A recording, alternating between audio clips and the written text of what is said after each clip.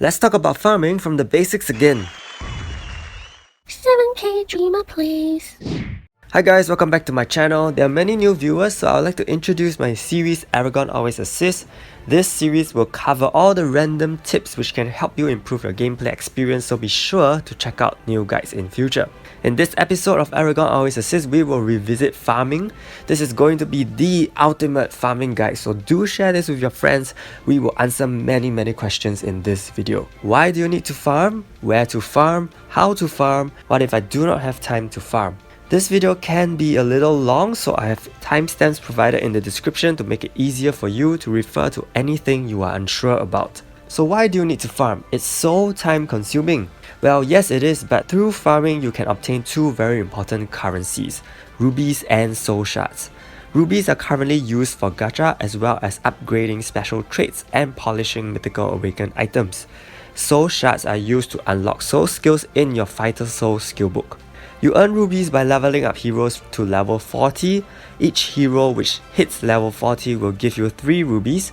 Soul shards are randomly dropped as you farm, and only those boss maps with a bright glow will drop soul shards. You can only farm up to 1000 soul shards per week, and take note that activating boost mode will increase soul shard drop rate. Not only do you get those two main currencies, different maps also offer different resources when you turn on Hot Time. Hot Time is a 4-hour duration which increases the drop rate of these resources, and even if you pause the game, the timer will still run. So while on Hot Time, it is best to only focus on farming. World 1 to 7 offer increased gold drop rates on weekdays, while on weekends offer increased fodder drop rates. World 8 is known as the Gold World. World 9 for jewels, World 10 for accessories, World 11 for items, World 12 for pets, and World 13 for heroes.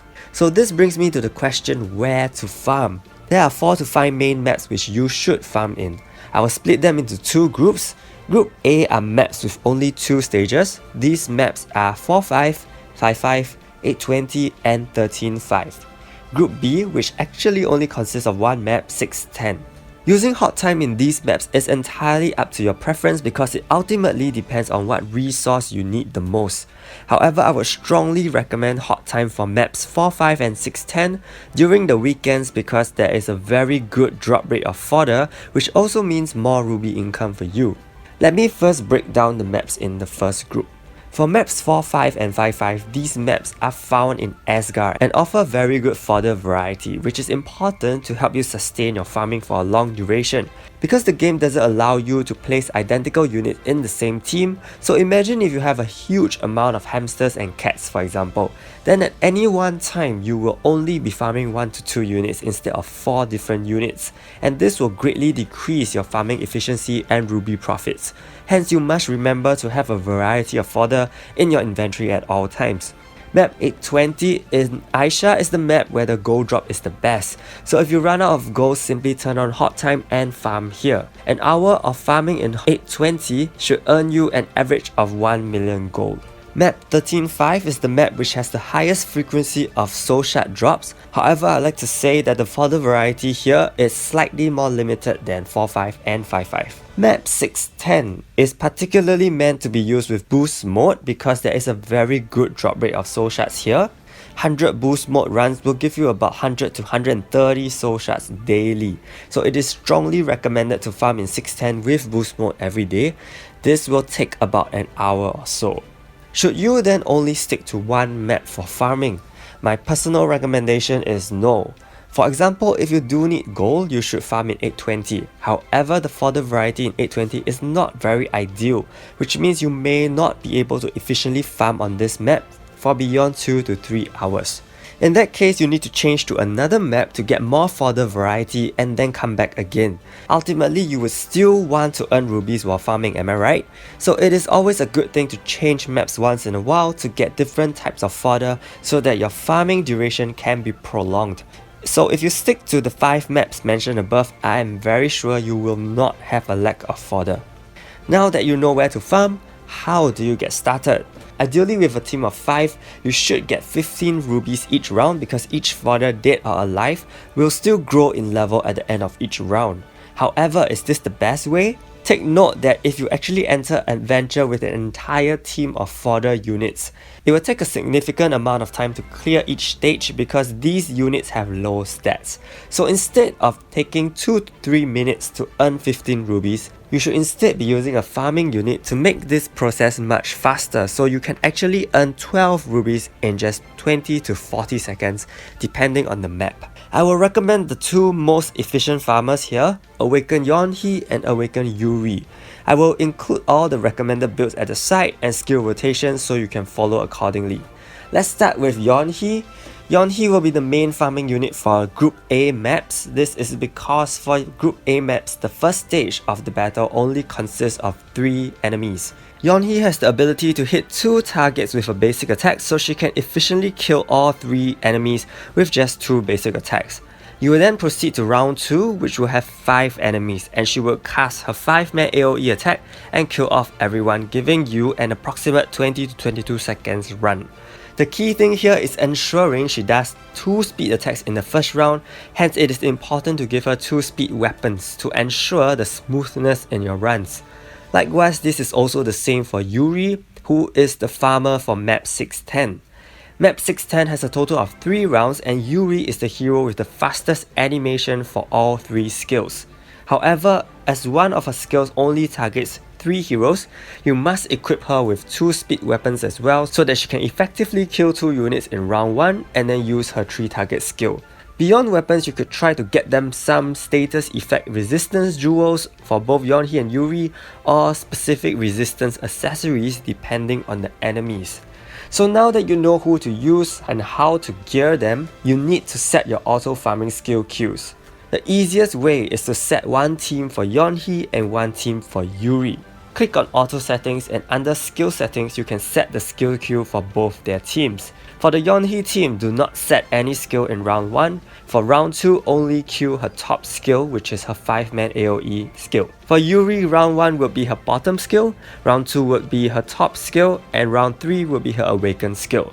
With these settings in place, the next thing will be to set your auto replacement. Remember to enable auto replacement and select the 4 boxes which your fodders will be swapping into.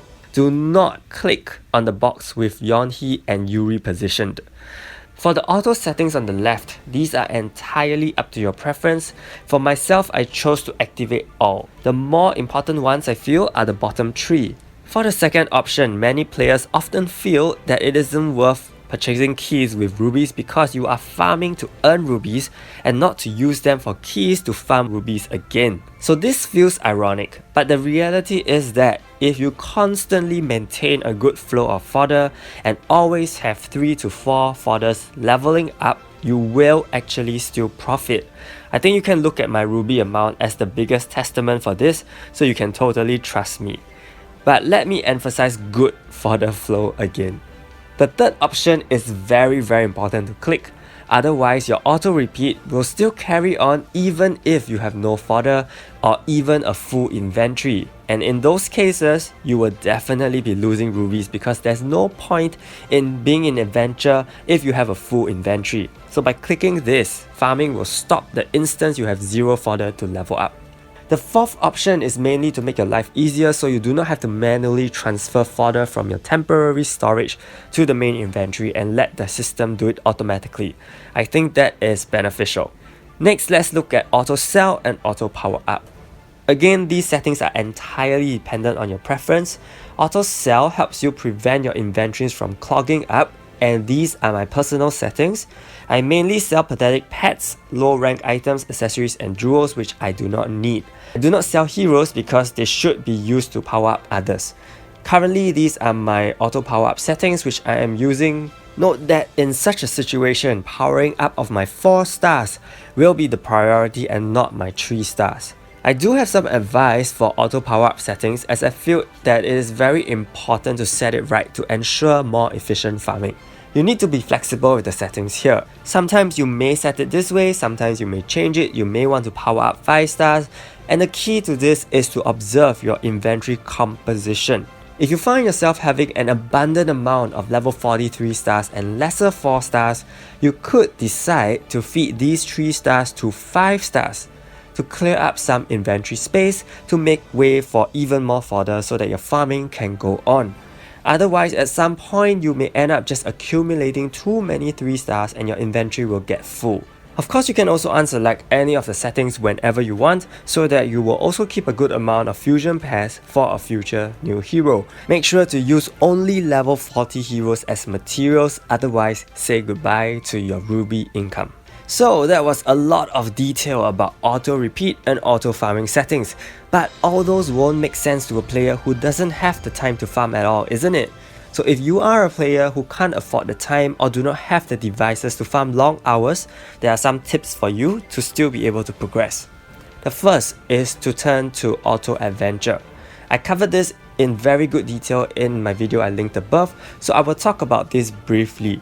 Basically, auto adventure lets you farm and get resources from a map of your choice automatically with one click. You typically only have 100 attempts to auto-complete adventure daily unless there are events like in this case. So the key cost varies for the maps depending on what difficulty level you have cleared. For World 710, it costs 1 key, while for World 8 onwards, if you have cleared easy difficulty, it will cost 2 keys per run and 3 keys if you cleared normal difficulty. You have to make sure you have sufficient inventory space so that auto clear can happen. In this case, I can only auto clear 31 times, so after clicking it, I will have to make space in my inventories and continue auto clearing until I hit the limit for the day. And that's basically how you can still progress, get rubies, get soul shards on a day-to-day basis without actually farming. You can also see what each map offers on the left, so choose the map which gives you the resources you want. If you are someone who only has maybe 1 to 2 hours to farm instead for 4 hours or more, that's fine too. You should then prioritize your farming in 610 with boost mode using Yuri and at least get a good amount of soul shards daily. You can even turn on hot time since it will just go to waste if you don't use it anyway during that short duration. And there's one more thing I forgot to mention so far, and that is how to even accumulate fodder daily. Apart from getting fodder while you are farming, you also get 22 free heroes daily from unknown area and the free 10+1 ticket every 24 hours. Also, you get 3 heroes from chessboard daily if you remember to do it. Daily quest also gives you 3 heroes. So that's 99 guaranteed rubies for you daily. And you can also buy fodder and elements with castle rush points, as these are additional things to level up and earn you rubies. You can also do fusions to not only make space in your inventory but also get a fresh set of heroes to level up for even more rubies. And of course, you can also head to the normal gacha and spend 250 honor to get 11 fodder.